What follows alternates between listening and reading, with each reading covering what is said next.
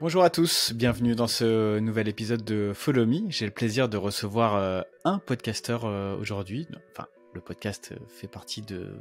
C'est l'une de ses activités principales. Il ne s'exprime pas que en podcast, mais voilà. Donc Cédric Rostin, plus connu sous le pseudo Papatriarcat, que beaucoup sans doute ont déjà vu passer sur les réseaux.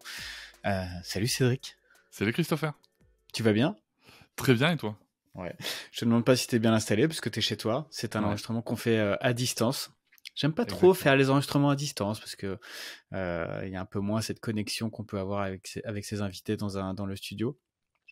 Mais là, c'était un peu compliqué de faire autrement. Donc voilà, c'est un plaisir quand même de pouvoir t'avoir dans Follow Me aujourd'hui.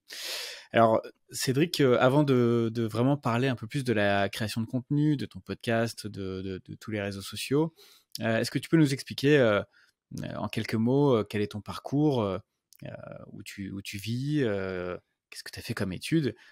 L'idée étant de comprendre un peu ce qui t'a amené petit à petit à la création de contenu sur Internet. Ok, alors moi je m'appelle Cédric, donc j'ai 39 ans, et je suis le papa d'une petite fille de 4 ans qui s'appelle Sarah, et qui est instruite en famille. C'est un point important parce que ça fait que je suis beaucoup papa, c'est mon premier métier, je suis très Mhm. très présent. À côté de ça, donc comme tu as dit, je suis podcasteur, je suis aussi thérapeute, créateur de contenu, auteur, conférencier, formateur, et on anime aussi maintenant une émission sur Brut tous les jeudis à 21h sur l'application Brut avec F. Simonet. Donc ça fait pas mal de casquettes avec lesquelles jongler, et j'aime bien ça. Pour mon parcours, comment dire ça? Alors moi, si tu veux, j'ai beaucoup travaillé dans l'accompagnement de l'humain, notamment en entreprise. J'ai travaillé 11 ans chez McDo, Mhm. dans lesquels j'ai fait mes armes sur le management et la gestion d'entreprise. Au, Euh, au siège ou dans les restaurants? ah non, non, dans les restaurants, Ok. j'ai vidé les poubelles, j'ai fait des frites, Je l'ai fait j'ai aussi, fait des c'est pour ça. sandwichs, et Ouais. c'était une chouette expérience, hein. Je suis pas resté 11 ans Mm. pour rien, mais c'est vrai qu'au bout de 11 ans, j'avais un peu fait le tour de ce que McDo avait à me proposer. Pour aller au siège, il fallait déménager sur Paris, c'est quelque chose qui m'intéressait pas. Et donc, je suis parti avec un projet d'entreprise qui n'a malheureusement pas vu le jour. Et suite à une petite période de chômage, j'étais embauché à la Fnac Mhm. en tant que responsable produits éditoriaux à la Fnac de Bordeaux. Et ensuite, je suis passé sur la Fnac de Poitiers en tant que responsable service client, et sur lequel j'avais un rôle aussi de directeur adjoint. Donc c'était très très intéressant parce que du coup à la Fnac, tu vois, j'ai découvert vraiment une autre partie de management, d'accompagnement de l'humain, et une autre partie de gestion d'entreprise avec des enjeux très différents en termes de profitabilité que ceux de la Mm. restauration, qui restent quand même assez simples en termes de gestion. Mm. Donc ça, c'est pour la partie euh, parcours professionnel. J'ai eu l'opportunité en fait grâce à Fnac et à Fnac Darty, il faut bien le dire, de valider un master justement en management et gestion de centre de profit avec une spécialisation en coaching. Donc Mhm. ça, c'est cool parce que c'est un petit peu la case diplôme, tu vois, qui manquait à mon CV, que j'ai pu compléter en 2018 à la naissance de ma fille par ailleurs. Et donc ça, je suis vraiment très content d'avoir eu ce parcours-là parce que ça m'a ouvert beaucoup d'horizons, ça m'a permis d'apprendre énormément de choses sur l'accompagnement de l'humain. En plus, ce qui est très très rigolo, c'est que dans le cadre de mon master, si tu veux, les formations que j'avais en management, entre guillemets, dit bienveillant, qui s'inspirent des neurosciences, je retrouve les mêmes études pour parler d'éducation. Donc ça, c'était Mm. extrêmement intéressant pour moi. Niveau études, j'avais aussi fait une première année de droit que j'ai validé, mais où je suis pas allé au bout, et j'ai un doc de LEA, anglais, espagnol, italien, qui ne me sert pas à grand chose. Voilà. Donc ça, Qui ça me te paraît sert pas à grand important. chose aujourd'hui. Alors peut-être qu'à McDo, Ouais. ça t'a servi avec quelques clients étrangers. Après, on va voir, tu vois, au moment où on enregistre, je prévois mon premier enregistrement en anglais, donc ça va peut-être me servir finalement, tu vois, de manière Sans doute. plus importante, même dans cette activité-là. Ce que je peux te dire quand même, parce qu'on parle souvent que de la vie pro, et on oublie certains points importants de la vie. Moi, il y a une partie de mon parcours auquel je tiens particulièrement, c'est que j'ai aussi été joueur de handball et arbitre, surtout de haut niveau. Assez tôt dans ma vie, D'accord. puisque j'ai commencé à arbitrer le championnat de France de handball quand j'avais 18 ans. Ah oui, très Un tôt. petit peu plus tôt avant, mais c'était du junior. Du coup, le championnat de France senior, dès que j'avais 18 ans, ça a duré 7 ans. Et ça m'a appris énormément de choses. Déjà à observer, à réfléchir très vite, à prendre des décisions très vite, à Mmh. comprendre que des fois je prends des décisions et puis c'est les bonnes, et puis des fois je prends des décisions et c'est pas les Mmh. bonnes et c'est pas grave. À comprendre que des fois je prends les bonnes décisions, mais t'as 300 personnes qui te disent que t'es un gros connard, Mmh. euh, alors que tu prends la bonne décision. Ça prépare bien aux réseaux sociaux. Et, Complètement, ouais. et après, si tu veux, ce qu'il y a eu de très intéressant, c'est que quand j'ai arrêté cette carrière-là pour différentes raisons, je suis devenu formateur d'arbitres de haut niveau avec la Fédération française de handball dans le secteur sud-ouest. Et là aussi, ça a été super intéressant parce que tu vois, j'avais 25 piges et que je me retrouvais face à des gens qui avaient 45, 50 ans et à qui je Mmh. devais expliquer certaines choses. Alors, des choses qui allaient très bien et c'était chouette, et aussi des choses qui étaient moins en adéquation avec les attendus. Et des gens qui pouvaient me dire, J'aime bien moi ça cette fait manière très diplomate de dire tu des sens la choses qui pratique. étaient moins en adéquation avec les attendus. Tu sens la pratique Ouais, ouais. derrière. Euh, et en même temps, si tu veux, mais tu vas voir que la réponse est moins diplomate à la fin. Parce que souvent, si tu veux, quand tu essayes de leur expliquer, les gens terminent par te dire, écoute, moi ça fait 10, 15, Mmh. 20 ans que je fais comme ça. Et au final, tu te retrouves à dire, écoute, faut que tu entendes ça fait 10, 15, 20 ans que tu te trompes et que tu fais de la merde. Mmh. Voilà, c'est à un moment, faut l'entendre. Et du coup, c'était extrêmement formateur. Et j'ai aussi eu ensuite des activités dans différentes associations. Et tout ça, c'est important parce que ça a permis, si tu veux, de développer des compétences, mine de rien. On n'en parle pas souvent des compétences qu'on peut développer ailleurs que dans Bien le sûr. travail.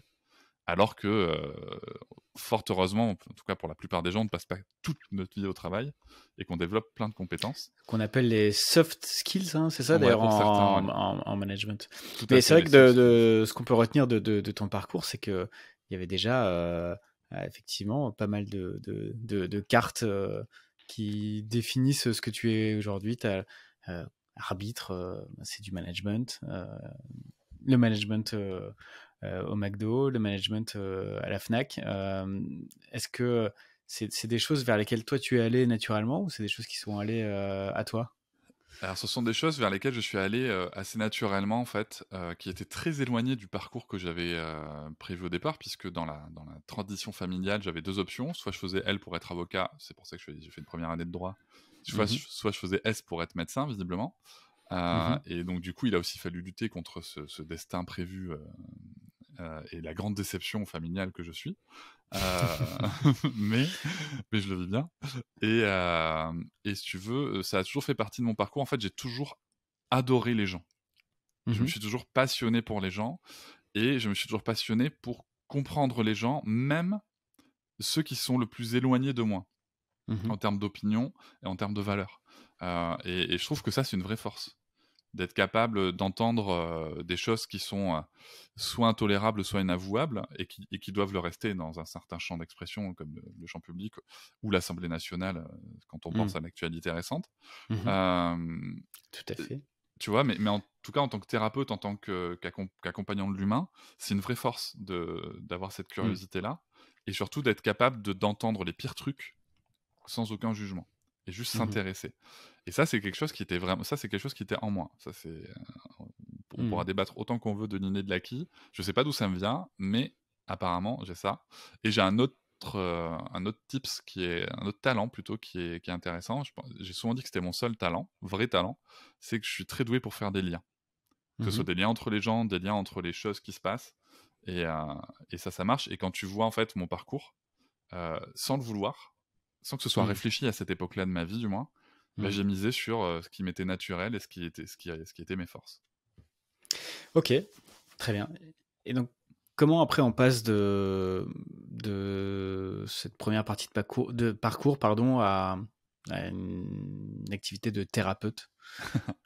Alors là, du coup, qu'est-ce qui s'est passé? Il s'est passé que ma fille est née en 2018, que Mhm, j'ai pris un congé parental, que je me suis beaucoup, beaucoup, beaucoup investi dans les sujets d'éducation et de, et d'accompagnement de l'enfant. Et en fait, ce qui s'est passé, c'est que de manière très rapide, ce qu'il faut savoir, c'est que je travaillais à la Fnac de Poitiers, comme je l'ai dit à ce moment-là, mais j'habitais toujours à Bordeaux. Et ah oui. j'habite toujours à Bordeaux d'ailleurs. Et oui, et donc tu te doutes bien qu'avec 265 km qui me séparent de mon lieu de travail, même avec la LGV, la ligne à grande vitesse, qui Mm, permettait d'avoir quand même un temps de trajet pas si éloigné des temps de trajet qu'on peut retrouver sur Paris. Et tous les jours? Pratiquement, ouais. Souvent, je passais 2 nuits, dans le pire des cas, 3 à Poitiers, mais c'était entre 1 et 3 nuits à Poitiers. Mais j'aimais bien faire l'aller-retour. Et en fait, si tu veux, après, il y a différents points qu'il faut voir, c'est que la Fnac de Poitiers avait un rythme différent que celle de Bordeaux, par exemple, qui est un très très gros magasin. Et ce qui est très rigolo, c'est qu'il y a aussi beaucoup... Du coup, je me tapais pas les bouchons. Il faut savoir qu'en fait, entre le rythme et les bouchons, quand je faisais l'aller-retour à Poitiers, je partais à la même heure le matin et je rentrais à la même heure le soir que quand je travaillais à Bordeaux, qui est à 18 km. Donc tu vois, Et en faut plus, en tenir compte. dans un train, tu peux faire d'autres choses. Exactement. Voilà. Tu peux bosser, tu peux ou tu peux décompresser justement pour rentrer chez toi et être totalement disponible pour ta fille et ta compagne. Donc voilà, il y avait tout ça. Et ce qui s'est passé, par contre, c'est que moi, tu vois, à ce moment-là, je voyais très peu ma fille. Enfin, pas du tout assez à mon goût. Et avec ma compagne, on en a parlé et on s'était dit qu'on se laissait l'année 2019 pour que je trouve une solution pour revenir travailler autour de Bordeaux. Malheureusement, ça n'a pas pu se faire avec Fnac Darty, malgré différentes requêtes de rapprochement familial, que ce soit au travers d'une mutation ou au travers je l'ai plus, d'une rupture conventionnelle. Ça n'a pas pu se faire, donc je suis parti. Le 4 janvier 2020, je ne suis pas allé travailler. Et j'avais prévenu par contre que quoi qu'il arrive, en janvier, je serai auprès de ma femme et de ma fille, quoi qu'il arrive. Donc je suis parti. C'est fort. Ouais. Enfin, c'est j'avoue osé. C'était osé. Donc je suis parti. Mais je l'avais déjà vécu en fait. C'est ça l'avantage du vécu, c'est quand tu as déjà vécu d'être au fond. Ma première période de chômage, je l'avais très très mal vécu. Parce que j'avais pas d'objectif, tu vois. Je manquais un peu de confiance en mes compétences à ce moment-là aussi. Et derrière, après, tu t'aguerris et puis t'as moins peur. Et j'avais aussi un projet. J'avais un projet que j'avais monté avec un franchiseur pour devenir accompagnant, conseil pour les TPE, PME, pour leur permettre d'optimiser, de gagner un petit peu plus d'argent. Et ça, je devais commencer ma formation en avril 2020.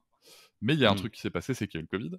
Je sais pas de quoi tu parles. Voilà. Et donc, tout ça s'est tombé à l'eau. En plus, parce que ma compagne, elle est pro de santé, mais une des seules professions de santé qui a été très très mal rémunérée de la baisse de revenus du Covid. Donc, il y a eu un gros trou dans la raquette. Donc, les sous sont partis ailleurs. Et je me retrouve du coup sans projet, mais il se trouve que en arrêtant de travailler sur une idée de ma compagne originale, j'avais lancé un podcast qui s'appelle Papatriarcat et que avec un compte Instagram. Donc là, on est en mars 2020 et que en fait, ça m'amuse, j'y passe du temps. Alors, qu'est-ce que tu racontais dans ce podcast et sur ce compte Instagram? Alors, la première intention du podcast, c'est venu de ma compagne qui me disait, quand on parlait d'éducation, de nos différents choix éducatifs, parce qu'on a fait beaucoup de choix éducatifs qui ne sont pas forcément communs. Déjà, il y a une certaine éducation dite positive.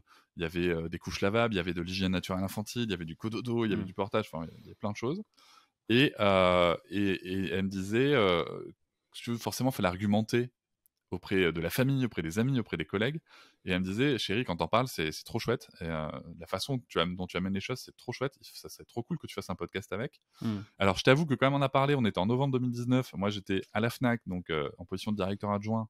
Et tu doutes bien qu'en termes de business, à la Fnac, j'avais autre chose à penser que de lancer un podcast à ce moment-là, en novembre-décembre. Mais par contre, quand je suis revenu à la maison, en effet, je me suis dit, tiens, c'est vraiment, il y a peut-être un truc à faire. Donc j'ai acheté un micro à 20 balles sur le Bon Coin et j'ai fait des tutos Audacity pour savoir comment. Tu l'as pas acheté à la Fnac, tiens, c'est étonnant ça. Non, parce que parce que pardon, excuse-moi. Parce que non, je l'ai pas acheté à la Fnac. J'achèterai ensuite d'autres matériels à la Fnac, mais pas là, parce qu'en fait, si tu veux, en toute transparence, hein, je prenais ça comme un loisir, tu vois, vraiment. Et je voulais pas investir beaucoup d'argent. Genre du gros matos. Ouais, voilà, sûr. Tu vois. Donc je m'étais déjà. D'autant que, petite remarque comme ça, à la Fnac, ils n'ont pas forcément un rayon très pourvu pour les podcasteurs. Alors, non, en effet. La partie des perches à selfie, des ring lights, etc. T'en as plein, mais des bons micros, des enregistreurs. Non, en effet. Des bons les enregistreurs, les bons micros. T'as encore des vendeurs qui connaissent bien le sujet. Mais les produits en magasin ne sont plus en rayon directement. Oui. C'est ça. C'est plus leur base, quoi. Non, je me suis plutôt fourni ensuite. Alors, je sais pas si on peut citer les marques, mais je me suis plutôt fourni ensuite chez Woodbrass pour mon dernier setup, qui sont très pros, qui livrent très bien, voilà, où ils ont des tarifs Je qui confirme. sont toujours compétitifs. Donc vraiment, je trouvais, voilà, c'est un bon setup que j'ai maintenant. On reparlera de ton matos après. Là. Yes. Et donc je démarre ça, si tu veux, un peu à l'arrache. Je regarde des tutos YouTube pour faire du montage sur Audacity. Et écoute, ça marche plutôt bien. T'étais à quel rythme au démarrage? Au démarrage, je crois que mon premier mois, j'ai fait 500 écoutes. Mais t'étais en rythme hebdo ou t'as... Alors, j'avais démarré en rythme... Je voulais démarrer en rythme bimensuel. Et en fait, comme il y avait le Covid et qu'on était confinés, si tu veux, je me suis retrouvé avec du monde à la maison. Et on avait du temps. Et en même temps, on se marchait un peu dessus. Donc, c'était chouette, tu vois, d'avoir des moments où j'allais enregistrer des trucs. Et je me suis retrouvé à enregistrer, à faire un épisode par semaine. Et à enregistrer sous ma couette avec mon micro parce que j'avais pas de... Comme on hébergeait quelqu'un, enfin bref, il y avait tout un truc, j'avais pas de salle pour enregistrer. Pour éviter les perturbations sonores, ouais. bien sûr. Donc j'étais vraiment à l'arrache. Et Donc c'était un... Pardon, je te coupe Cédric, mais c'était un podcast dans lequel tu t'exprimais toi et uniquement toi. Donc c'était pas du tout un podcast de conversation.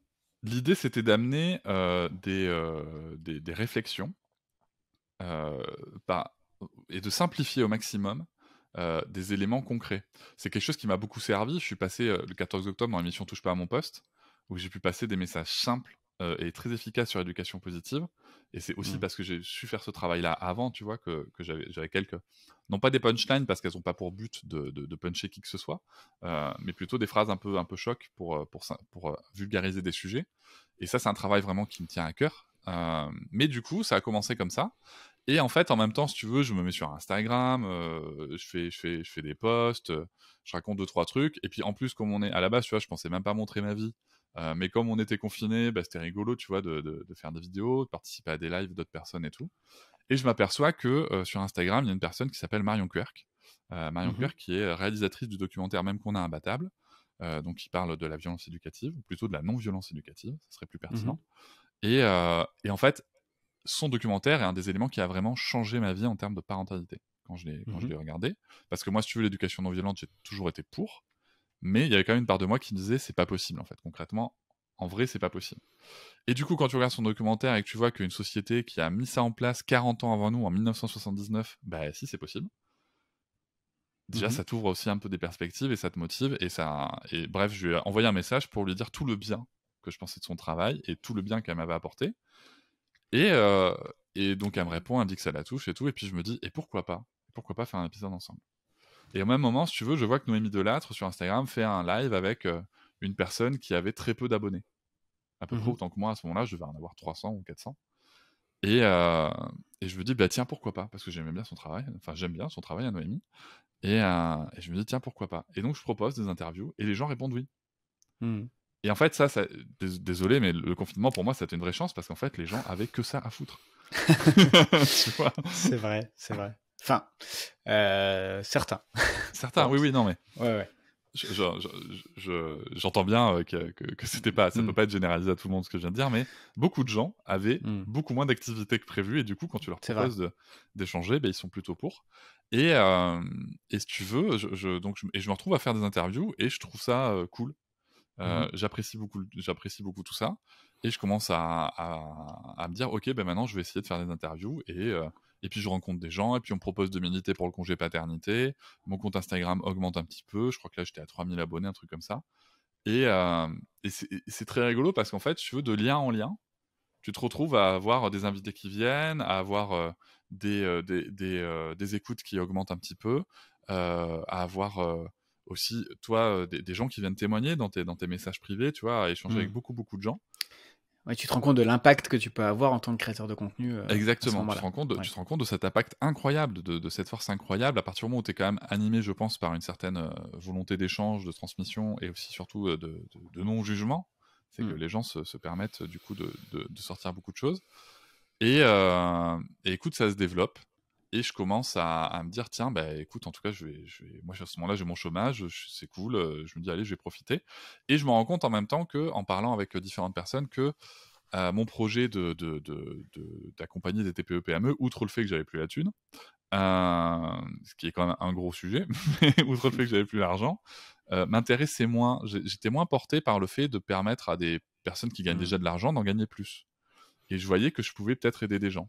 Et donc, je me suis formé comme praticien PNL à distance sur plusieurs mois. En tout, j'y ai passé 14 mois. Et, PNL, c'est pardon, programmation neurolinguistique. D'accord. Et j'ai aussi travaillé sur un sujet de ce qu'on appelle l'enfant intérieur, avec une formation à distance à l'international, puisqu'en français, ça n'existait pas. Du coup, le LEA m'a servi là aussi. Et si tu veux, non, finalement, ça m'a bien servi quand même.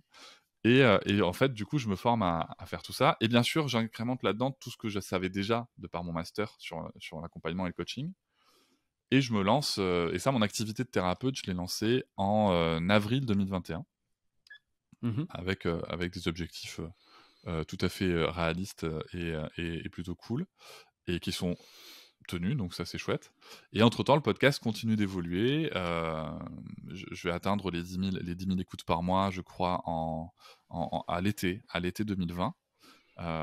Et j'arrive à 15 000 écoutes, pareil, à la rentrée. Et là, en fait, je commence à me poser la question de la monétisation. Et donc, je vais intégrer Acast Mhm. pour être accompagné sur le sujet. Et on va commencer à se parler de tout ça. En parallèle, j'ai mon compte Instagram qui grossit un petit peu aussi. J'arrive à 5 000 abonnés, quelque chose comme ça, je crois, à l'été 2020. Et je commence à montrer un petit peu mon quotidien parce que c'est vrai que, outre le fait que c'était rigolo, les gens me disent tu parles d'éducation, mais concrètement, on voit pas ce que tu fais. Voilà. Donc à ce moment-là, je commence à montrer mon quotidien pour illustrer un peu le sujet. Et puis tout ça augmente tranquillement en fait. En 2020, ce qui va se passer, c'est que il y a plusieurs choses qui vont se passer. La première, c'est que je vais faire un épisode avec André Stern, qui va être un épisode qui va exploser mes stats. D'accord. Vraiment. Bon, c'est un épisode génial. Comment tu l'expliques? Il Alors, l'a partagé lui je pense auprès de qu'il sa faut être communauté? transparent là-dessus. C'est un épisode qui ouvre. Enfin, c'est un épisode très particulier. C'est un voyage. C'est un vrai voyage.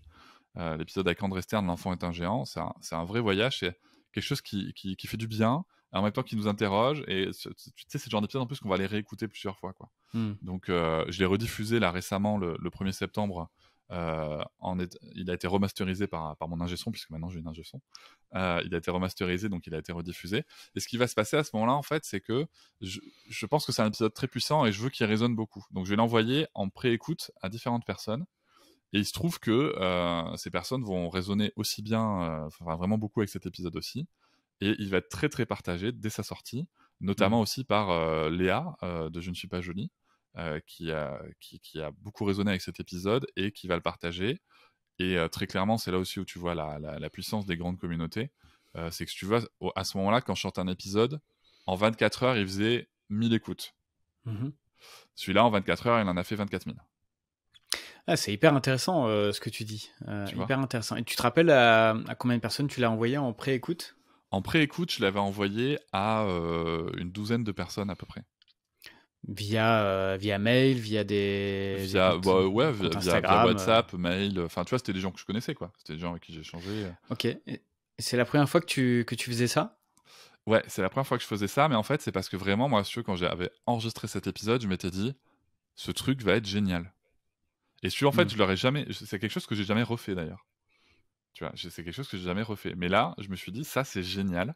Et je pense que c'est important aussi, si tu veux, quand tu vas solliciter des gens, que tu les sollicites pas tous les 4 matins, tu vois, et que tu viens Ouais, leur voir en leur je suis disant, d'accord. ça, c'est vraiment génial. Et Hmm, que hmm, du coup, ils écoutent et ils disent, ah oui, c'est en effet vraiment, il y a quelque chose. hmm. Et du coup, ils partagent et il y a un vrai engouement qui s'est fait autour de ça. Et du coup, ben là, en effet, tu as ton compte Instagram qui augmente, il se passe beaucoup de choses. Euh, Petit aparté, je sais pas si tu entends ma fille derrière ou Bien pas, tu vois. sûr, bien sûr. Ok. On l'entend, mais c'est totalement Voilà. ok. Voilà, elle est là. Et si tu veux, tout ça va augmenter, il va y avoir une grande émulation. Et en même temps, il y a une terrible nouvelle au moment où on sort cet épisode, c'est que Emmanuel Macron annonce qu'il va rendre l'école obligatoire et interdire l'instruction en famille, qui était notre projet de vie à ce moment-là. Et Mhm. du coup, il y a aussi une grande émulation qui va se créer autour de ça, parce qu'André Stern est une grande figure dans l'instruction en famille, parce qu'il n'est jamais allé à l'école, à 51 ans. Donc Et si tu tu veux, tombes il en va plein dans l'actualité. exactement. Je tombe dans l'actualité. Il y a une une grande émulation autour du sujet. Je vais aussi m'engager, moi, pour militer là-dessus, beaucoup, pendant au moins une année complète. Tous les soirs, je vais faire des réunions, je vais contacter des députés, enfin voilà, ça va être un très très gros engagement. Du coup, je vais aussi baisser ma fréquence d'épisodes à ce moment-là. Je vais passer en bimensuel parce qu'en fait, je n'arrive pas à tout faire et je fais le choix de me rappuyer à nouveau sur mon chômage et de militer. Et en même et si tu veux, c'est un choix qui était intéressant au final, avec un peu de recul, parce que ça m'a aussi permis de montrer mes valeurs et de montrer mon engagement à une communauté qui me découvrait. Et je pense que ça, c'est important. Aujourd'hui, tu vois, je pense que c'est aussi ce qui participe au fait que les gens sont très engagés sur mon podcast. Acast a sorti son baromètre sur l'engagement et je suis parti du top 10 en termes d'engagement de tous les podcasts d'Acast. Donc, c'est pas neutre, tu vois. Surtout quand tu sais que je suis tout seul, c'est cool. Et, quand tu dis que t'es tout seul à défendre cette cause, sur cette thématique? Non, sur le podcast. Enfin, tu vois, j'ai parlé d'Alice Krief qui monte mes épisodes maintenant, mais c'est que depuis septembre. Ah donc, d'accord, tout seul à travailler sur ton podcast. Je suis tout seul à tout préparer. Et donc tout ça, ça fait des choses qui augmentent petit à petit et de manière simultanée. Instagram monte, le podcast augmente. Et c'est marrant parce qu'on va arriver à au premier anniversaire du podcast, où je vais avoir fait 253 000 écoutes sur l'année. Et je crois qu'à ce moment-là, de mémoire, je crois que j'étais à quelque chose comme 20 000 abonnés, ou entre 20 et 25 000 abonnés sur Instagram. Et c'est marrant parce que quand j'ai lancé ça, si tu veux, ma compagne, elle était à fond, tu vois, elle était à fond. Donc, elle me soutenait à fond. Et moi, je lui avais dit, tu sais, chérie, il faut se calmer. Tu sais, si en un an, j'ai fait 1000 écoutes et que j'ai 500 abonnés sur Instagram, ça sera déjà énorme. Tu vois, par rapport au sujet que je porte. Ouais, tu t'attendais pas du tout à ça, quoi. Ah, mais carrément pas. Et du coup, derrière, c'est pour ça qu'il faut le gérer. Tu vois, c'est pour ça qu'ensuite, tu m'as parlé de monétisation, tu m'as parlé de tout ça. Et en plus, les débuts en monétisation, c'est dur parce que moi, j'ai intégré Acast avec 15 000 écoutes par mois, mais les gens peuvent croire que c'est beaucoup d'écoutes et ça peut être perçu comme beaucoup d'écoutes.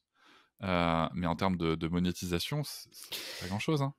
Non, c'est sûr. Si on s'appuie sur un CPM marché, un sponsoring qui est CPM coût pour 1000, je crois que chez Acast, on est autour de 20-25 €. Ça peut aller jusqu'à 40-50, mais bon, quand tu fais 10-15 000 écoutes, c'est sûr qu'au bout du compte, ça fait des revenus assez modestes.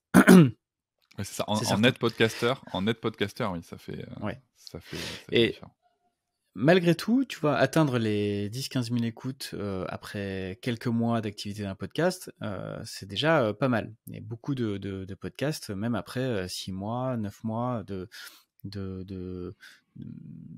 d'activité, même à un rythme hebdomadaire, n'atteignent pas cette audience. Donc déjà, c'était pas mal. Et la question que j'ai envie de te poser, c'est comment tu soutenais finalement cette production? Quelles actions de promotion tu faisais pour faire rayonner davantage tes épisodes, au démarrage en tout cas? Au démarrage, c'était essentiellement les réseaux sociaux, en fait. Les réseaux sociaux. Ça a vraiment été ça. Ça a vraiment été les réseaux sociaux. Et la chance, je pense, d'avoir pu toucher des gens qui avaient des grandes communautés, des plus grandes communautés, qui partageaient les épisodes. Et vraiment, c'était vraiment basé sur les réseaux sociaux parce que je suis, à part plus tard, du coup, pour mon livre, je passais pas dans les médias, tu vois. Et j'avais pas cette visibilité-là. Par contre, il y a quelque chose que j'ai toujours fait et que je continuerai de faire, c'est aussi que j'acceptais tous les passages dans d'autres podcasts, dans des petits articles, tu vois, j'ai dit oui à tout et je dis généralement oui à tout. Donc, ça me paraît important.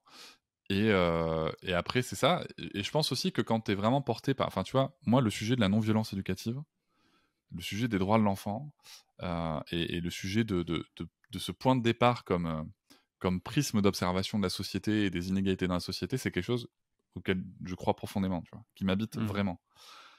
Et je pense que ça touche aussi, si tu veux. C'est que c'est pas... à la base, j'ai pas lancé un podcast pour faire de l'argent. J'ai lancé un podcast pour passer des messages. Et ça, c'est quelque chose sur lequel je reste très, très, très... c'est vraiment ma base, et une base que je ne quitterai jamais. Au moment où tu te lances, il y a est-ce qu'il y avait d'autres créateurs de contenu qui évoluaient, enfin qui adressaient ces sujets ou ces thématiques? Alors oui, oui, pas ou peu d'hommes. Ça aussi, ça joue, parler de parentalité. Mmh. Il y a Fabrice Florent qui a une série de podcasts, super intéressants et qui a notamment Histoire de daron. Mmh. Hem Qu'on et salue. donc ouais, salut Fabrice, qui fait parler les darons, et qui le fait excellemment bien. Mais en fait, si tu veux, à part ça, en termes de podcast, qui parlent de parentalité, par un homme, il y en avait pas, Mmh. à ma connaissance. Hem et surtout après, je pense qu'il y a aussi cet aspect, un petit peu, coaching management qu'on retrouve dans mes réflexions, si tu veux, en termes alors je vais pas dire développement personnel, mais en fait venir, voir en quoi ça nous touche, voir en quoi est-ce que ça peut nous permettre d'évoluer et aussi amener des réflexions politiques et sociales, tu vois? Mmh. C'est que, je te donne un exemple tout bête, c'est que, il y a beaucoup de gens qui m'ont dit: «C'est la première fois dans ton podcast que j'entendais quelqu'un évoquer le fait que les difficultés parentales, maternelles, paternelles pouvaient, surtout être le fruit de l'environnement de la société qui nous compose». Et alors qu'avant, c'était surtout il faut pas et voilà. Donc voilà, il y a ce côté-là, si tu veux, qui est très axé d'une part sur une analyse un petit peu plus globale et sur ce qui est à notre main ou pas à notre main. Et là, tu retrouves bien le côté Mmh. management, coaching, qui est assez développé un peu partout, quoi. Ouais, totalement. Donc Cédric, toi tu es présent sur, en podcast sur toutes les plateformes, d'écoute. Tu es, disponible aussi sur Instagram. Tu utilises d'autres, plateformes? Oui, alors il y a Instagram, il y a Facebook, pour une raison très simple, c'est que, bah, j'y étais déjà personnellement et que c'était assez facile de créer une page, que les interactions entre Instagram et Facebook sont assez faciles Mmh. et que c'est intéressant, je trouve, d'y être. C'était naturel pour moi d'y être aussi. Depuis peu, je suis aussi sur TikTok, Mmh. sur lesquels il y a du Alors? coup, j'ai des contenus un peu différents. Bah, écoute, comment dire? Alors déjà, ça a été un choc parce que sur Instagram, il y a quand même un effet bulle qui se fait assez rapidement qui est porté par l'algorithme, où tu as Ouais. assez peu de détracteurs et détractrices qui tombent sur ton contenu. Mmh. Et donc tu peux assez facilement te dire: «Ah, c'est quand même vachement bienveillant», tu vois? Mmh. Mmh. Et donc tu arrives sur TikTok et tu commences à parler d'éducation non violente, de sujets un peu d'égalité homme-femme, voilà. Et là, tu t'aperçois que, bah, ça tombe sur d'autres publics et qu'il y a des réactions qui sont beaucoup plus virulentes. Donc Tu c'est les bien vois parce que dans les commentaires, par exemple? ouais, dans les commentaires, j'ai pas eu de collage. Personne n'a osé, pour l'instant, faire de collage, sur certaines de mes vidéos argumentées. Mmh. Ce qui prouve peut-être que j'ai des bons arguments. Mais en commentaire, oui, en commentaire, tu vois, il suffit de prononcer le mot éducation, l'expression éducation positive, et Mmh. tu vas avoir toute une chier de gens qui vont arriver en disant: «Eh voilà, l'enfant roi et c'est du laxisme», enfin toutes les bêtises Mmh. habituelles qu'on peut entendre, et tu vas voir à quel point c'est encore présent justement. Mais c'est un indicateur intéressant parce que quand tu es enfermé dans cet effet bulle d'Instagram, du coup, quand tu t'exportes sur d'autres réseaux, bah, tu vois que cette bulle, elle est cassée, quoi, Mmh. et il y a bien d'autres pensées qui sont encore bien présentes, et ça permet de sortir du piège de cet effet bulle et de te dire: «C'est bon maintenant, il y a plus personne frappe ses gosses, c'est génial, plus personne pense que frapper ses Mmh. enfants, c'est efficace et que ça marche». Si, il y en a plein. Il y en a plein Et et ça est-ce te que donne de c'est pas l'énergie, aussi du coup. lié ouais. Est-ce que c'est pas aussi lié au fait que sur TikTok, c'est un peu moins le cas maintenant, mais sur TikTok, il y avait quand même, la part belle à des contenus, très courts de 20-25 secondes, pour capter l'attention, parce qu'on sait que l'attention des gens sur TikTok est très limitée. De fait, développer un propos argumenté sur des sujets qui sont quand même aussi, compliqués compliqués, pas compliqués, complexes, que peuvent l'être, les tiens. Est-ce que finalement, c'est pas une équation insoluble quoi, de pouvoir développer un point de vue argumenté sur TikTok, et forcément c'est une vue un peu partielle et parfois peut-être caricaturale de ton propre propos que tu mets sur TikTok et qui génère de fait des réactions un peu exacerbées. Complètement, et je pense que c'est là où il faut comprendre aussi que, alors je sais pas si j'ai tort ou raison, mais il faut moi, ce que je me suis dit, c'est: «Je peux pas arriver sur TikTok en me disant: "Je vais imposer mes codes à la plateforme"». J'ai observé les codes de la plateforme et j'ai Bien essayé de sûr. les intégrer du mieux que je pouvais. Donc, en fait, j'ai chopé des trends Mm. et je les ai pris pour placer des punchlines, pour placer Mm. des éléments de réflexion parfois. Il y a des choses que j'ai osé faire, d'autres que j'ai pas encore osé faire. Et aussi, si tu veux, j'ai pris un parti que je n'ai pas encore pris sur Instagram, c'est que je réponds en vidéo à certains commentaires. Mhm. Tu vois, je me rappelle de commentaires qui me parlaient de gifles éducatives, de baffes pédagogiques et de points thérapeutiques, de coups de poing thérapeutiques pour les enfants, hein, pour les enfants. Mais Donc, dans des commentaires sérieux, oui, tu veux sérieux, dire? oui. Oui, des gens Ouais, qui te disent ça de manière très sérieuse. Parce que, en d'accord. effet, je réponds pas trop aux trolls, mais là, des gens qui sont très sérieux, qui argumentent et voilà, tu vois. Donc, c'est ça aussi. Donc, ça, c'est chouette parce que d'une part, ça te permet de créer des vidéos. Mm. C'est facile. Et d'autre part, ça te permet de réagir. Et ensuite, il y a aussi la fonction collage que j'aime beaucoup sur TikTok, Mm. où tu peux justement prendre la connerie que peut dire un mec. Tu vois, récemment, j'ai fait une vidéo avec un masculiniste.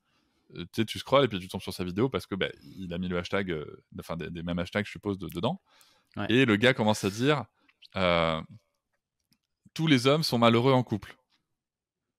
Et après, il te dit je n'ai aucune étude pour affirmer ça, mais voilà mon propos. Et ensuite, derrière, il va argumenter de la merde. Et en fait, ce qui est chouette, c'est que tu peux coller ce petit passage, et derrière, toi, t'arrives en disant, juste tais-toi.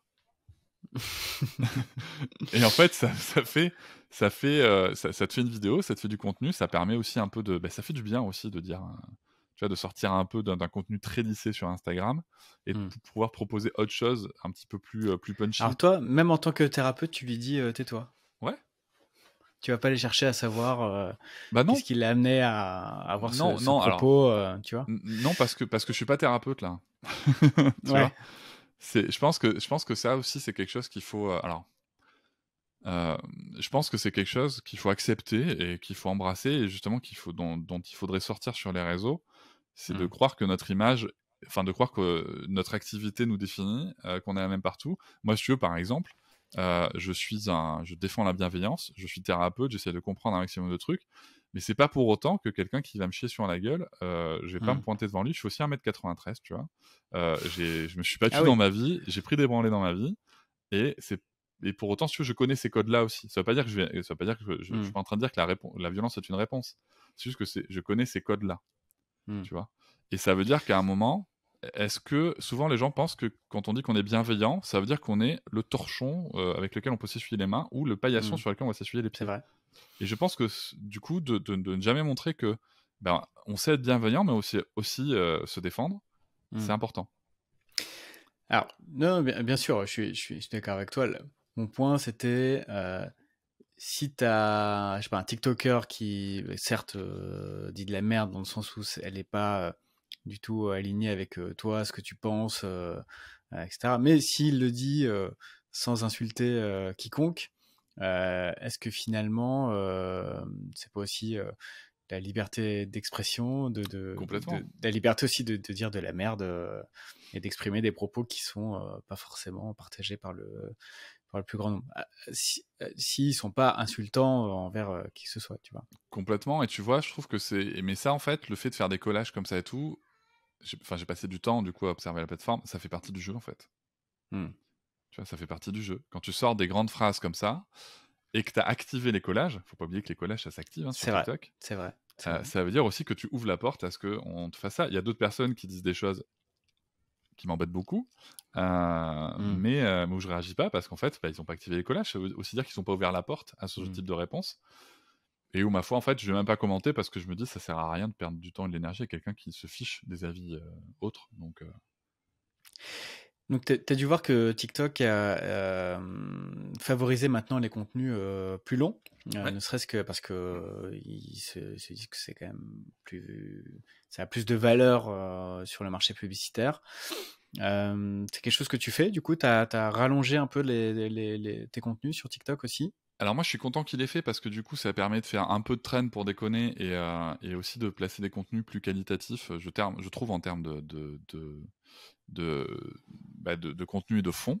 Mm. Tu vois, par exemple, là, je viens de sortir une série de vidéos que je sors sur toutes mes plateformes sur le time out, qui est une pratique punitive, mais pour expliquer ce que c'est vraiment par rapport à ce qu'on nous dit en France. En France, on nous dit que c'est fini dans ta chambre, alors que c'est beaucoup plus complexe que ça.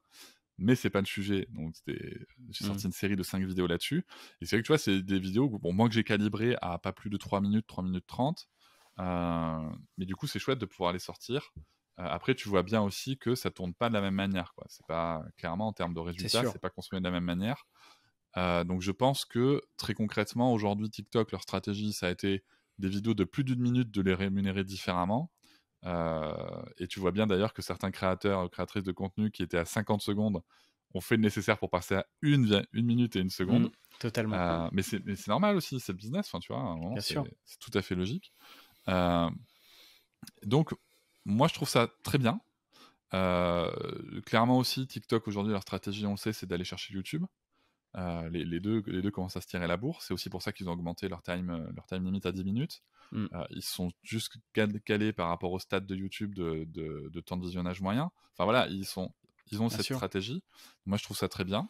Maintenant, et c'est tant mieux globalement pour la creator economy et pour les audiences. Exactement. Avec on l'espère, une consommation un peu moins stroboscopique de tous ces contenus sur Internet, quoi.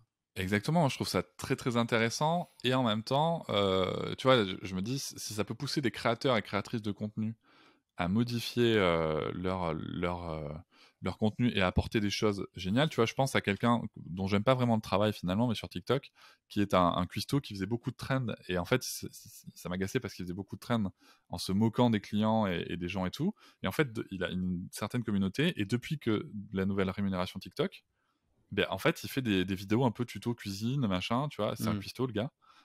Et tu vois, il a à apprendre à découper rapidement sans se blesser. Et je me dis, ça, tu vois, ça, je trouve que c'est un aspect très positif. C'est que le gars, il s'est dit, ok, maintenant, pour que TikTok continue à rapporter de l'argent, il faut que je modifie les contenus. Et en fait, il s'adapte à la plateforme. Il faut que j'apporte plus de valeur ajoutée, et plus de valeur à mes audiences. Ouais. Alors, c'est quelque chose d'intéressant, et en même temps, moi, je peux pas m'empêcher de voir ça de par ma vue de gestionnaire d'entreprise. Ça veut aussi dire, si tu mises là-dessus, que tu mets toutes tes billes financières dans un algorithme que tu ne maîtrises pas. Tu vois, en termes de gestion de business. Et ça, pour moi, c'est quelque chose dans lequel je ne veux pas tomber. On parlera peut-être après de ma structure financière, mais c'est quelque chose avec lequel je reste très très prudent, si tu veux, les revenus des réseaux sociaux. Parce que tu maîtrises pas, en fait. Tu maîtrises pas déjà ce que tu peux dire. Il y a quand même de la censure. Tu peux te signaler, il peut se passer plein de choses. Alors que dans ton podcast, tu fais un peu ce que tu veux, concrètement. Donc, il y a ce côté-là quand même auquel il faut faire un petit peu attention, je trouve. Ouais, totalement. Je suis complètement d'accord avec toi. Donc, on a parlé de tes podcasts, d'Instagram, de TikTok, YouTube. Alors écoute, YouTube, mes épisodes sont dessus, puisque ils se mettent en diffusion automatique. Dessus. Alors d'ailleurs, j'avais dû faire une petite correction parce que j'ai des bonus payants en fait dans Papatriarcat, peut-être qu'on l'évoquera après, mais du coup, il me balançait les bonus payants sur YouTube et je n'avais pas fait gaffe sans du tout. Maintenant, bon, je fais attention à comment je balance les vidéos. Je commence à balancer quelques vidéos sur YouTube, et là, tu vois, je viens de m'offrir un petit setup très très basique, hein, de chez Rode, pour un setup de vlog, parce que ce que je voudrais faire, c'est aussi sur YouTube, tu vas peut-être pouvoir proposer des vidéos, soit ramener des gens sur YouTube en proposant genre des backstage d'enregistrement, tu vas filmer comment ça se passe, des enregistrements backstage, et aussi là, pouvoir filmer mes invités quand ils s'expriment, pour avoir un support vidéo en accolant le son propre du podcast, tu vois, par-dessus. Je pense qu'il y a un truc à faire là-dessus. Donc voilà, je suis en train d'essayer de réfléchir à des formats comme ça. YouTube, après, tu vois, là, je suis à 600 abonnés, tu vois, c'est une toute petite chaîne. Hein. Mais c'est une demande que j'ai eue. J'ai vraiment eu cette demande d'ouvrir le podcast à YouTube. Donc, ok, très bien. Mais c'est un truc que je veux développer parce que je pense qu'il y a aussi quelque chose à faire en termes d'échange, de communication. Après, je maîtrise pas le sujet. Donc, pour tout te dire, là, un de mes investissements de fin d'année, là, je te parle sur mon PC qui m'a coûté pas cher en 2019, mais qui pour le montage vidéo est pas top, et je l'aime beaucoup, mais je vais prendre un MacBook Pro pour faire du montage vidéo et proposer quelque chose un peu qualitatif quand même. Parce que c'est vrai que l'autre intérêt du podcast, au-delà du fait que effectivement tu peux lancer un podcast et cartonner avec un micro à une vingtaine d'euros, et en plus le montage audio finalement demande assez peu de ressources, même avec un ordi à 300-400 euros, ça passe. Sur la vidéo, c'est quand même autre chose. Oui, et sur la vidéo, c'est autre chose. Et puis, il faut se former. Alors, moi, tu vois, pareil, j'ai tout un plan. En fait, pour tout te dire, je me fais opérer de quelque chose d'assez bénin, de cloison nasale, en décembre. Je sais que je vais avoir une grosse convalescence où je vais pas pouvoir profiter de ma famille ou machin. Et en fait, j'ai des tutos de montage vidéo qui sont prêts. Et normalement, j'aurais profité de Black Friday pour avoir acheté mon ordi. Et je vais y aller à fond, tu vois. Je vais y aller à fond. Enfin, je vais récupérer quand même un petit peu. Mais après, je sais que je vais avoir au moins une semaine pour cartonner là-dessus. Et je vais y aller, et puis je vais faire des tests, et puis je vais réussir, et puis je vais me tromper, et puis je vais me planter, et puis c'est pas grave, c'est comme ça qu'on apprend. Mais Et pour reparler justement de ta prod, donc tu montes toujours avec Audacity, ton générique, où est-ce que tu l'as trouvé? C'est toi qui l'as fait? Comment ça se alors, passe? le générique, ce qu'il y a de rigolo, c'est que ça a été le plus dur au moment de la création du podcast. Pour moi, ça a été le plus dur. Quelle identité visuelle, quelle identité auditive va me correspondre? Et c'est marrant parce que j'avais monté ma bande-annonce comme ça, en fait. J'avais fait une bande-annonce un peu rigolote où j'avais voulu faire... je me rappelle que j'avais... si tu veux, je commence avec une musique extrêmement douce, vraiment extrêmement douce, où je disais un truc genre « Bienvenue chez Patriarcal, monde des bisounours », un truc comme ça, tu vois, on va parler de l'enfance et tout. Et si tu veux, je coupais avec le petit bruit de scratch, enfin le disque qui dérape, là. Et je disais « Non, ça va pas ». Et ensuite, j'avais pris un ton très grave en disant violence, coups, la parentalité, machin. Et j'ai dit « Non, ça va pas ». Et après, je démarrais avec mon générique. Et c'était assez cool comme bande-annonce, tu vois. J'étais très content de cette bande-annonce. Mais ça a été un vrai truc. Et en fait, je suis allé chercher des sons gratuits sur Bensound, en l'occurrence, puisqu'ils demandent juste d'afficher les crédits. J'ai un petit extrait d'un petit garçon qui parle dans une vidéo de Brut que j'avais pris sur YouTube, une vidéo sur le sexisme dans l'enfance. Pareil, que je crédite bien sûr à la fin de chaque épisode, où le petit garçon dit on m'a dit non pour jouer à la poupée et après j'ai pleuré. Et ça, c'est un truc que j'ai voulu garder. Et tu le crédites en audio ou dans ton descriptif? Dans le descriptif. Dans le descriptif.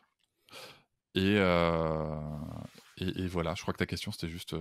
Ouais, c'était sur le générique. Et tes Reels ou tes TikTok, tu fais tout sur ton téléphone? Je fais tout sur mon téléphone, ouais. Je fais tout sur mon téléphone et depuis. Tu utilises une appli? Ouais. Alors avant, je faisais tout nativement sur chaque plateforme, donc Instagram et TikTok. Et c'est vrai qu'en fait, depuis peu, j'ai testé les sous-titres un peu à l'américaine, si tu veux, avec des mots en jaune et tout. Et j'avoue que c'est très impactant. Moi, j'aime beaucoup. J'aime vraiment beaucoup. Et du coup, je monte sur CapCut maintenant. Et j'exporte ensuite sur les formats, enfin sur les plateformes. Et si jamais j'utilise vraiment une trend et que j'ai du mal à la retrouver, en fait, je vais faire sur TikTok et je vais passer par un petit lien, par un petit site internet pour récupérer la vidéo sans les marqueurs, voilà. Et hop, ensuite je poste ailleurs en essayant de voir si la trend existe ou pas. Donc hop, c'est toujours pareil en fait. Tu apprends les codes du réseau social et tu vas essayer d'y appliquer ton contenu, quoi. Mais c'est très sympa. C'est très sympa. Et tu vois, j'ai pu mixer les deux, puisque j'ai une vidéo qui est prête, que j'ai sortie sur TikTok et pas encore sur Instagram, où j'explique 3 choses pour soutenir le podcast. Et dedans, tu vois, j'ai mélangé donc le montage de CapCut et aussi un filtre Instagram, je sais pas si tu le connais. En fait, tu vois, où j'avais enregistré mon écran pendant que j'étais en train de mettre des commentaires et un 5 étoiles sur Apple Podcast. Et en fait, je me suis filmé, si tu veux, et j'ai mon écran devant moi, en fait, qui est intégré à la vidéo, qui est à ma taille, en fait, qui prend toute la hauteur. Et c'est vachement bien parce que tu peux expliquer comme ça, comme si c'était une espèce de grand tableau blanc. Et en fait, tu peux mixer comme ça entre les filtres, les machins, en téléchargeant les vidéos. Enfin, tu peux faire des trucs sympas quand même avec finalement peu de moyens, quoi. Et beaucoup d'ingéniosité. Ouais, faut faire des liens. Cédric, on parle un peu d'argent. Est-ce que tu gagnes déjà ta vie avec tout ça, en dehors de ton métier de thérapeute? En dehors de mon métier de thérapeute, alors moi j'intègre mon métier de thérapeute dans mes activités, dans mon business. Alors là, je tiens juste à dire une chose aux personnes qui nous écoutent, on parle business, on parle pas de morale ou de quoi, donc soyez très... Moi je suis très à l'aise pour parler d'argent et parler de business. Ça n'empêche pas d'avoir des valeurs. Évidemment.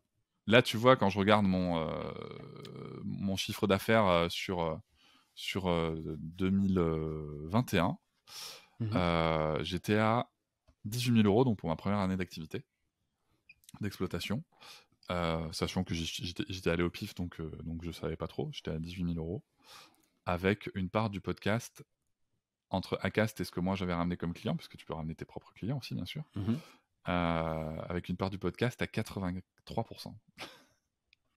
Ok, très importante. Très, très importante. Très, très importante. Et sur 2022, tu vois, j'ai diversifié un peu les activités, puisque avec différents projets, notamment la sortie de mon livre « Tu vas être papa » aux éditions First, qui est sorti en début d'année, j'ai pu avoir, si tu veux, je vais avoir le podcast où je vais scinder la part d'Acast, la part que moi je ramène. Je vais avoir Instagram aussi maintenant, qui va me générer un peu de revenus. Je vais avoir la partie thérapie. Et ce que j'ai mis ensemble, j'ai mis conférencier et l'animation de l'émission avec Brut. Et parce que pour moi, c'est un peu pareil, si tu veux, c'est un petit peu animer des choses. Et ensuite, j'ai partie formation, puisque je forme aussi des accompagnants à la périnatalité sur le sujet spécifique des pères. Et si tu veux, quand je regarde ça aujourd'hui, là, à fin octobre, j'étais à un chiffre d'affaires de 27 000 euros. Avec une part du podcast à 56%. Ah, donc tu as réduit ta dépendance au podcast, ce qui est quand même pas mal. J'ai diversifié, ouais. J'ai diversifié. Et si tu veux, par exemple, les revenus Instagram qui sont venus sans que j'aille les chercher, ça c'est important de le dire, sans que j'aille les chercher, c'est 17%. Alors qu'est-ce que tu appelles des revenus Instagram? C'est des partenariats? Exactement, c'est des partenariats. Tu vois, par exemple, j'en fais. Il y a un partenariat que j'aime particulièrement, c'est avec la plateforme Femtasy qui fait des audios érotiques. Alors, du coup, là, je pourrais pas dévoiler les montants contractuels. Mais en gros, si tu veux, ils viennent te trouver. Tiens, on aime beaucoup ce que tu fais. On aime beaucoup comment tu produis les choses avec humour et avec bienveillance et avec un petit côté didactique. Est-ce que tu es chaud pour faire un réel avec nous et tout et voilà, et puis on se cale et puis on se met d'accord sur un tarif et puis on y va, quoi.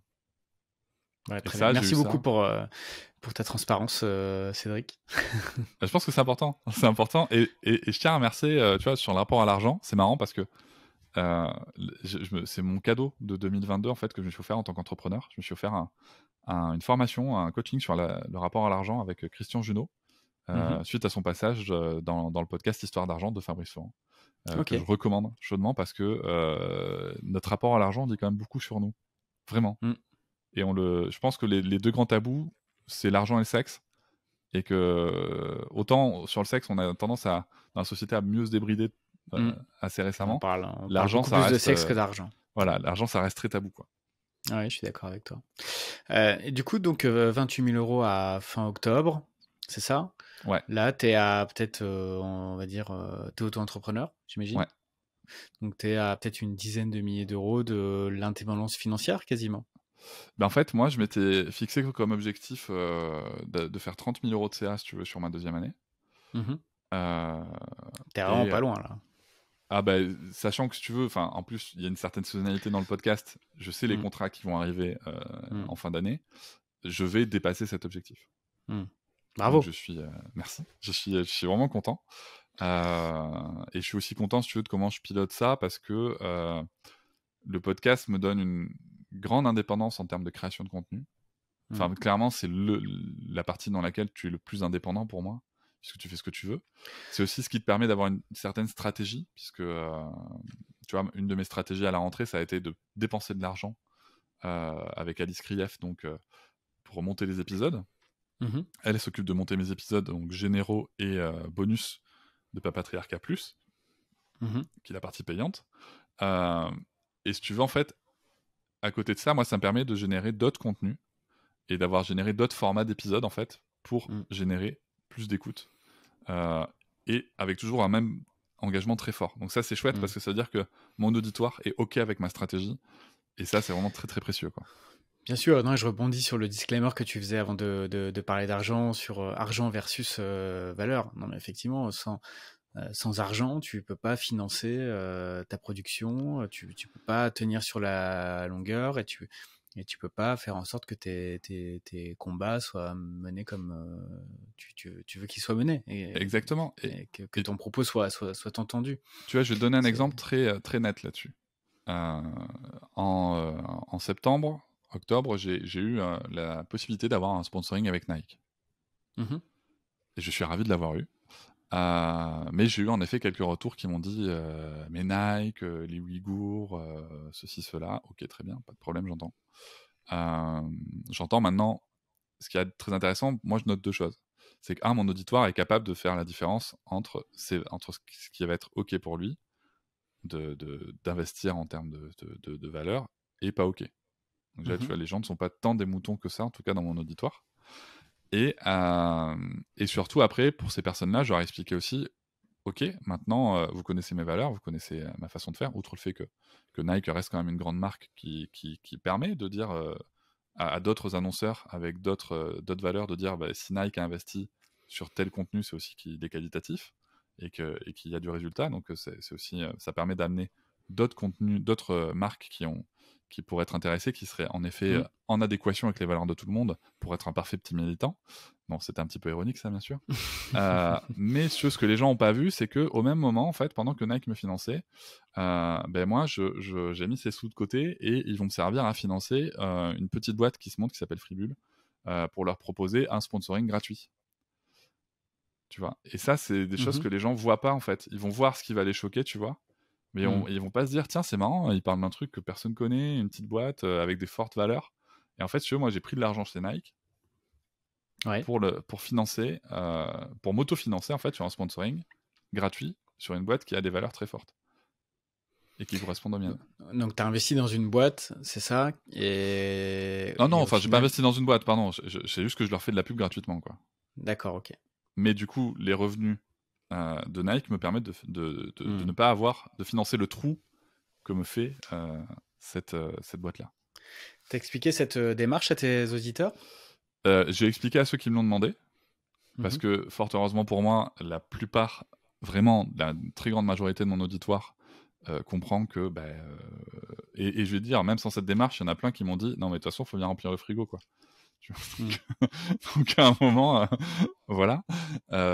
Donc j'ai pas ressenti le besoin d'expliquer à l'ensemble. J'ai pas fait d'épisode pour Hmm. expliquer ça, mais j'aime bien faire des épisodes, soit en fin d'année, tu vois. Peut-être que en janvier, je pense que je ferai un petit point sur le podcast, sur mon podcast en Hmm. 2022. Hmm. J'aime bien faire ça, ou alors tu vois à l'été, au moment de la pause estivale. J'aime bien faire ça, un petit peu faire le point sur comment je finance, Ouais, comment tout c'est ça, une ça bonne fonctionne. pratique, Ouais, je pense que effectivement. c'est intéressant. C'est intéressant à faire. L'échange dans le podcast, dans la communauté de podcast, dans l'auditoire, est vraiment quelque chose de très Hmm, intéressant. hmm. Surtout qu'il y a des outils maintenant, tu vois, pour permettre d'interagir, que les gens t'envoient un audio depuis leur téléphone, que tu vas réutiliser dans le podcast, tu vas leur répondre. C'est un Hmm, format que hmm. j'ai choisi d'intégrer ça, et c'est vraiment top. C'est vraiment top. Intéressant. Et donc, juste pour rebondir sur quelque chose que tu as dit tout à l'heure, tu es passé dans TPMP. Bon, moi, ça m'évoque deux choses. J'ai pas beaucoup de considération pour cette émission. En même temps, je sais qu'elle fait une audience de dingue et que quand on porte des sujets comme les tiens, ça ne se refuse pas.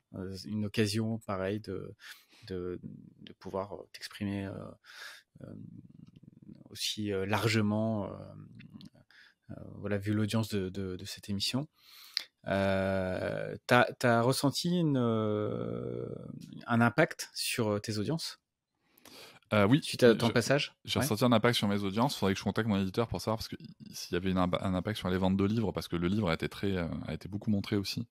Mhm. Ce qui n'était pas prévu, hein. Moi je leur avais rien demandé en fait, et ils l'ont fait Mhm. de manière spontanée, donc c'est plutôt sympa, faut bien le dire.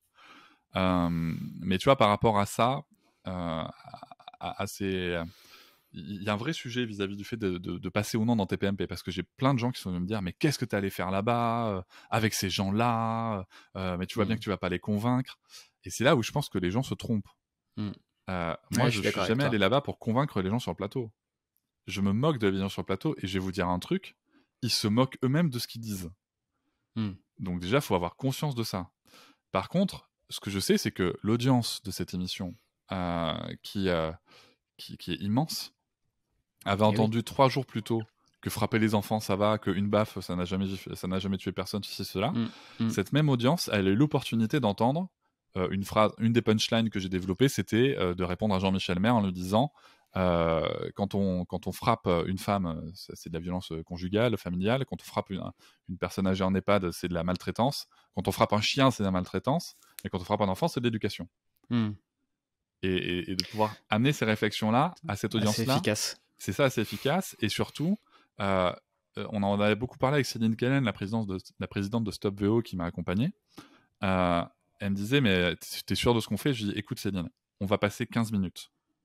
L'audience minimum de TPMP, c'est 1,5 million de personnes. Ça veut dire qu'en 15 minutes, si on touche 0,01% de l'audience, juste si on sème une graine en disant frapper les enfants, c'est pas OK, ça fait 15 000 personnes qu'on touche. Ouais, bien sûr. 1000 personnes par minute. C'est immense. C'est immense. Moi, je fais pas ça. Hein. J'ai pas cette audience-là. Et c'est chouette parce que, bien sûr qu'il y a des gens qui sont venus m'interpeller en disant t'es vraiment un gros con, éducation positive de merde, voilà, enfant roi. Tu l'as déjà sur TikTok de toute façon. Voilà. Et puis c'est pas ces gens-là que je vais chercher. Moi, ce que je vais chercher, c'est les jeunes qui vont se dire, soit les jeunes parents qui vont se dire on peut faire autrement. Ah bon? Ou peut-être les gens qui sont pas encore parents et que ces phrases vont avoir marqué sur l'instant et qui, quand ils vont devenir parents, vont se dire attends, mais il y a peut-être d'autres façons de faire. C'est ça. Tu vois, tu sais pas en fait. Ouais, effectivement. Et après, il y a quand même quelque chose qui m'a vraiment interpellé dans certains commentaires que j'ai pu avoir de personnes qui m'ont dit mais qu'est-ce que tu allais faire là-bas? De toute façon, il y a que les cons qui regardent TPMP, ceci, cela. Alors moi, je trouve ça extrêmement violent, d'une part. Et d'autre part, si on commence à se dire que notre parole, déjà, je trouve qu'il y a un certain élitisme du coup dans ce positionnement-là. Et le but du jeu, si notre but, c'est juste de se parler entre nous, alors qu'on est tous d'accord, on va pas faire avancer beaucoup le sujet, quoi. Ouais, donc il faut aller dans des endroits où on n'est pas d'accord, dans des endroits où on va se prendre des coups. Après, en effet, et là, je remercie l'arbitrage. Je remercie tous ces moments, tu vois, où j'ai appris à ne pas me laisser démonter. Je remercie les négociations syndicales dans les magasins Fnac. Je remercie tous ces moments un peu houleux, mais qui, mine de rien, font que tu vas sur TPMP et tu te laisses pas démonter, quoi. Non, très bien. C'était là récemment? C'était le 14 octobre dernier. Et fort heureusement pour moi aussi, j'avais eu le temps de faire des passages médias pour la sortie de mon livre qui était sorti en 13 janvier 2022. J'étais passé sur Europe 1, France Inter, enfin voilà, j'avais fait plusieurs médias plutôt sympas, mais où t'es pas dans un climat... c'est pas pareil, t'es pas sur un ring, quoi, tu vois. Ouais, c'est ça. C'était plutôt dans un climat promotionnel de ton contenu qu'en face de gens qui vont te remettre en question. Bon bah top. Cédric, merci beaucoup pour tout ce que tu as partagé. Est-ce que tu as une actu que tu veux partager avec nous pour conclure un peu cet épisode? Est-ce qu'il y a des choses nouvelles qui arrivent là dans les prochaines semaines, les prochains mois? Écoute, pour l'instant, ce qui va se passer, c'est que alors, la chose nouvelle, c'est quand même qu'on anime tous les jeudis à 21h sur l'application Brut, une émission qui s'appelle Part en live avec F. Simonet et qui se veut comme une radio libre de la parentalité, et c'est vraiment très très chouette. C'est une belle activité. Nous, on est ravis de ça. Après, écoutez le podcast. Il y a de chouettes épisodes. Si vous vous posez des questions, n'hésitez pas à l'écouter. Vraiment, c'est quand même une ressource très riche et très importante. C'est aussi une ressource de soutien. Donc écoutez le podcast. Si tu devais conseiller un épisode là, à nos auditeurs qui n'ont jamais écouté ton podcast, un épisode qui leur permettrait de rentrer dans ton univers. Alors si vous voulez alors, je vais quand même en citer quelques-uns. Vas-y. Notamment 2 principalement. Le premier, c'est avec André Stern, L'enfant est un géant, rediffusé le 1er septembre et remasterisé. Un épisode très important, mais qui aussi est un épisode qui peut faire voyager vers un certain idéal, vers une certaine vision idéale, qui peut vraiment changer notre perception du monde, mais qui va pas forcément avoir des clés pratiques de parentalité. D'accord. Et du coup, j'ai un autre épisode avec la docteure en psychologie du développement qui s'appelle Héloïse Junier, qui est très intéressant, et justement, c'est comment poser un cadre non violent.